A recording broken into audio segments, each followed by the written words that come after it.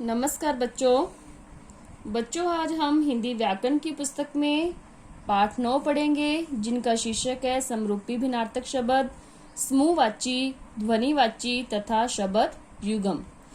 पहला है समरूपी भिन्नार्थक शब्द, यानी कि समरूपी भिन्नार्थक शब्द क्या होते हैं? सुनने में समान लेकिन उनके अर्थ भिन्न। बहुत से शब्द बोलने अथवा लिखने में बहुत कुछ समान दिखाई देते हैं, पर उनके अर्थ में बहुत अंतर होता है और उनके प्रयोग के विषय में बहुत सावधानी रखनी चाहिए। यहाँ कुछ समरूपी भिन्नार्थक शब्द दिए जा रहे हैं। ये जैसे पिक्चर में दिखा रखा है, ये देखो ग्रह हैं सारे ग्रह, और ये क्या है? गृह, यानी कि हाउस दिखाई दे रहा है, इसका मतलब ये घर है। और ये नग है, ये पर्वत है। और ये नाग क्या है? जो सांप होता है वो नाग है। ये देखो इनमें सुनने में समान लग रहे हैं, जैसे ग्रह और गृह और ये नग और नाग, लेकिन इनके अर्थ क्या हो रहे हैं? भिन्न हैं।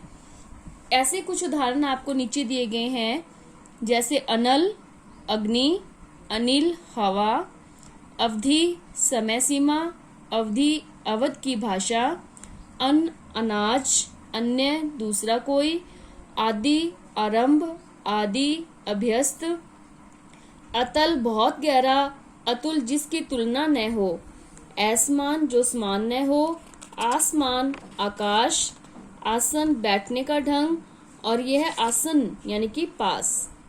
फिर है अवलंब सहारा, अविलंब फौरन, उपेक्षा अनदेखा अनादर, अपेक्षा आवश्यक मुकाबले में, उपकार भलाई, अपकार बुराई, अशक्त शक्तिहीन, आसक्त मोहित, कोश शब्दकोश, कोश खजाना, कृपण कंजूस, कृपान तलवार, कपट धोखा और कपाट किवाड़। ये देखो आपको सुनने में सारे एक जैसे लग रहे हैं, लेकिन इनके अर्थ क्या हैं? भिन्न भिन्न है। कुपथ्य हानिकारक भोजन, कुपथ बुरा मार्ग, अली भौरा, आली सहेली, उद्यत तैयार, उदत उदंड, उपयुक्त ठीक या उचित, उपरयुक्त यानी कि ऊपर बताया कोई बात लिखी हो और हमने ऊपर दी हुई हो उसको पढ़ना हो, उदर पेट, उदार विशाल या खुला, उधार कर्ज, उदार उबारना, कुल खानदान परिवार, कुल किनारा किसी नदी का, दिन दिवस, दीन गरीब या दुर्बल, नग पत्थर या पर्वत, नाग सांप, नियत उद्देश्य, नियत तय या निश्चित, निधन मृत्यु, निर्धन धनहीन, ग्रह आकाश के ग्रह और गृह घर, चरम चमड़ा, चरम अंतिम, झूठ खाकर छोड़ा हुआ और झूठ असत्य, तरंग लहर, तुरंग घोड़ा, बात बातचीत, वात हवा, शर तीर, सर तालाब, हंस एक पक्षी, हंस हंसने की क्रिया, नीरज कमल, नीरद बादल, निर्धि समुद्र, निशाचर राक्षस, निशाकर चंद्रमा, परिमाण नापतोल, परिणाम नतीजा, प्रमाण सबूत, प्रणाम नमस्कार, प्रसाद भोजन या कृपा, प्रासाद ऊंचा मकान या महल, पवन हवा, पावन पवित्र, लक्ष्य लाख, लक्ष्य उद्देश्य, वारिद बादल, वारिधि समुद्र, समान बराबर और सम्मान आदर। अगला टॉपिक है हमारा समूहवाची शब्द। ये देखो गट्ठर बंधा हुआ है, काफी सारी बीच में लकड़ियां हैं, झुंड है, बीच में पक्षी जैसे कबूतर कुछ दिखाई दे रहे हैं, इनका भी झुंड हो गया, काफी सारे हैं। अब ये साधु बैठे हैं, इनके झुंड को यानी कि क्या कहा जाएगा? टोली या मंडली।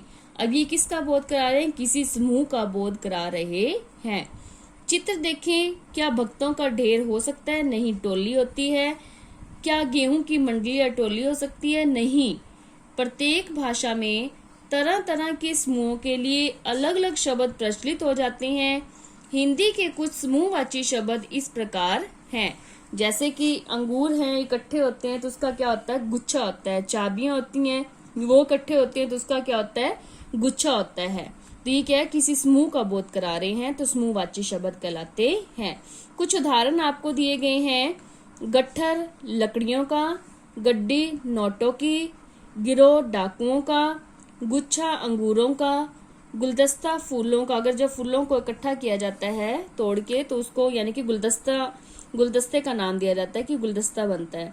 छत्ता मधुमक्खियों का, जत्था यात्रियों का, जोड़ा वर वधू का, झुंड पशुओं का, टुकड़ी सेना की और ढेर ढेर रेत का, दल सैनिकों का, भीड़ हड़तालियों की, मंडली भक्तों की, माला पर्वत की, रेवड़ भेड़ बकरियों का, यानी कि भेड़ बकरियां जब इकट्ठी होती हैं वो रेवड़ बुलाया जाता है उसको, लश्कर सेना का, श्रृंखला पर्वत की और समूह दर्शकों का। अब अगला हमारा जो टॉपिक है वो है हमारा ध्वनिवाचक शब्द। अब ये देखो आपको पिक्चर में दिखाया गया है बिल्ली। बिल्ली क्या साउंड निकालती है, ध्वनि निकालती है म्याऊं की। अगर जब कोई बाइक चल रहा होता है तो उसकी क्या साउंड आती है, फट फट फट। जब मुर्गा यानी कि अपनी ध्वनि देता है, बोलता है, तो क्या साउंड आती है उसकी, कुकड़ू कू। आप जानते हैं कि हर प्राणी अलग ढंग से आवाज़ करता है। सबके चलने और गिरने की ध्वनियाँ भी भिन्न भिन्न होती हैं। प्रेम, क्रोध या अन्य दिशाओं में भी विशेष प्रकार की आवाज़ें निकलती हैं। इन सब व्यक्तियों को ध्वनिवाची शब्द कहते हैं। हिंदी में प्रचलित कुछ ध्वनिवाची शब्द इस प्रकार हैं। आपको पता है हर एक, चाहे व्यक्ति है चाहे कोई पशु है, सबकी क्या है, आवाज़ें अलग अलग निकलेंगी, तो वो हमारे क्या हैं, ध्वनिवाची शब्द होते हैं। कुछ यहाँ यानी कि ध्वनियाँ बताई गई हैं पशुओं पक्षियों के बारे में। देखो जैसे ऊँट है, बलबलाता है, कुत्ता भौंकता है, गधा रेंकता है, गाय रंभाती है, गिद्दड़ हुआ हुआ करता है, घोड़ा हिन हिनाता है, बंदर किलकिलाता है, बकरी भेड़ मिमियाती है। पक्षियों की आवाज़ें हैं जैसे उल्लू हू हू करता है, कबूतर गुटर गूं करता है, कोयल कूकती है, कौवा कांव कांव करता है, चिड़िया चहचहाती है, तोता टैं टैं करता है, बत्तख कूजती है, बाज चीखता है। अब कुछ और पशुओं के हैं यहाँ पे बोलियाँ। बिल्ली म्याऊं म्याऊं करती है, बैल हंकड़ाता है, भंवरा गुंजार करता है, मेंढक टराता है, शेर दहाड़ता है, सांप फुफकारता है, सूअर हुड़ता है, हाथी चिंघाड़ता है। कुछ पक्षियों की आवाज़ें हैं। मक्खी भिन भिन आती हैं, मुर्गा कुकड़ू कूं करता है। अन्य कुछ ध्वनियाँ दे रखे हैं जैसे कि आंसू क्या हैं, छल छलाते हैं, इंजन घर घर करता है, गाड़ी जो होती है वो छुक छुक करती है, गोली सनसनाती है, घंटा टन टन करता है और घटा घुमड़ती है।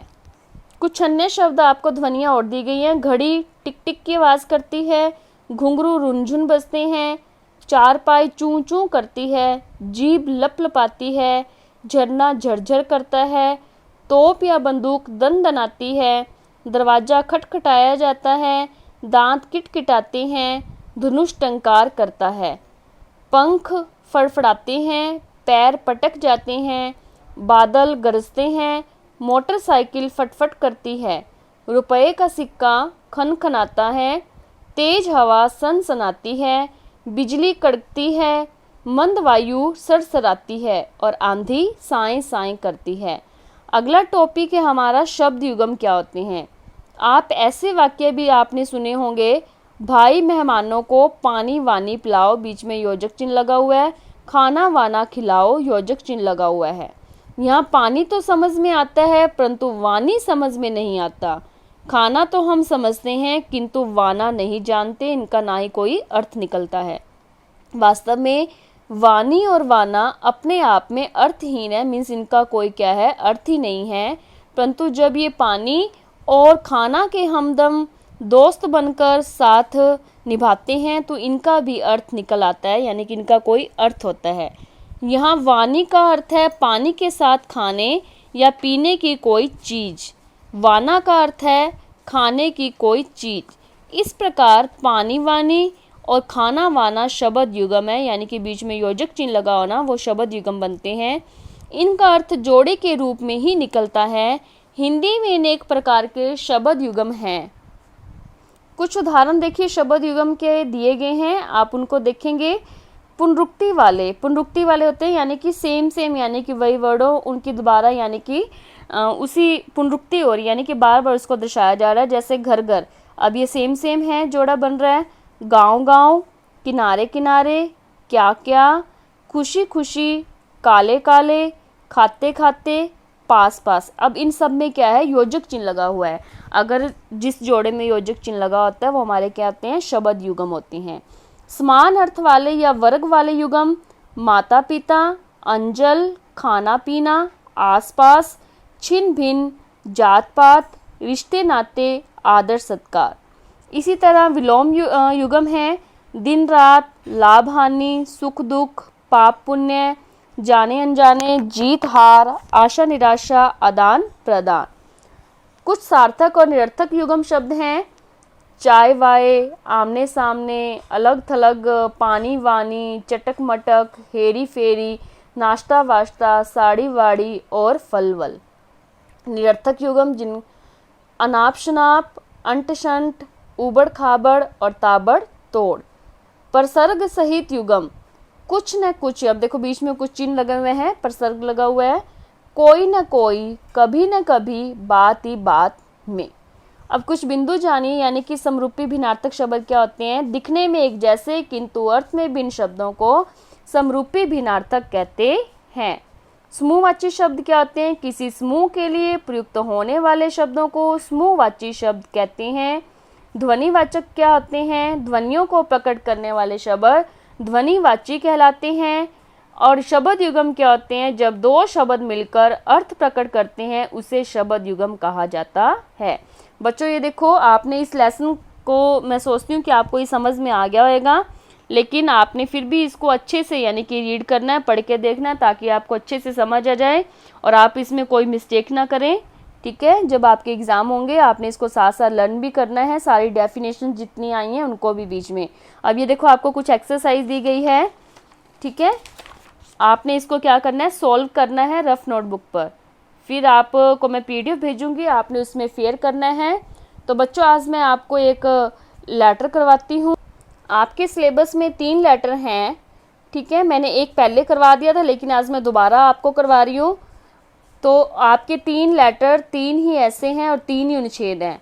जो मैंने ऐसे हैं मीन्स आपके प्रस्ताव हैं, और अनुच्छेद हैं उनके नाम और मैंने पेज नंबर लिखकर आपकी PDF में डाल दिए हैं, आप उसमें से देखेंगे PDF में, ठीक है, यानी कि पहले डाल चुकी हूँ मैं, तो आपको पता लग जाएगा कि आप इससे पहले वाली जो वीडियो से पहले वाली PDF आएगी उसमें आपको पता चल जाएगा कि कौन से हैं, वो आप अपनी बुक में उसके निशान लगा लेना और उसको लर्न करना। तो हम फर्स्ट लेटर आज करते हैं। प्रधानाचार्य को पत्र लिखिए जिसमें खेल का सामान मंगाने की प्रार्थना की गई हो। अब है सेवा में, प्रधानाचार्य महोदय। अब देखो कि आपको पता है हमारे स्कूल के क्या है, मैडम है ना, अगर सर होते हैं तो प्रधानाचार्य महोदय होता है, अगर मैडम हो तो प्रधानाचार्या और महोदय आएगा, यानी कि यहाँ पे आ की मात्रा और लग जाएंगी। फिर यहाँ हमारे स्कूल का नाम विश्वास नवशादा पब्लिक स्कूल, और जो हमारा कहाँ पे है, भुन्ना में है। इसके बाद क्या आएगा, विषय आएगा कि हमने किस चीज़ के बारे में पत्र लिखना है प्रधानाचार्य जी को, खेल का सामान मंगवाने के बारे में। अभी देखो अगर यहाँ पे मैडम है ना तो यहाँ पे क्या आ जाएगा, श्रीमती जी या महोदया जी, ठीक है, या जैसे सर होते हैं तो यहाँ महोदय जी लिखेंगे या श्रीमान जी। सुन्य निवेदन है कि मैं खेल परिषद का छात्र सदस्य हूँ, इस नाते आपको सूचना देना चाहता हूँ कि विद्यालय में खेल का सामान उपलब्ध नहीं है।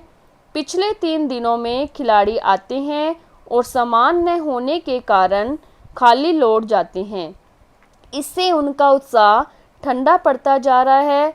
अगले महीने खेल प्रतियोगिताएं होने वाली हैं। मैं आपसे निवेदन करता हूं कि क्रिकेट, फुटबॉल, वॉलीबॉल और बैडमिंटन का सामान शीघ्र मंगवाने की कृपा करें।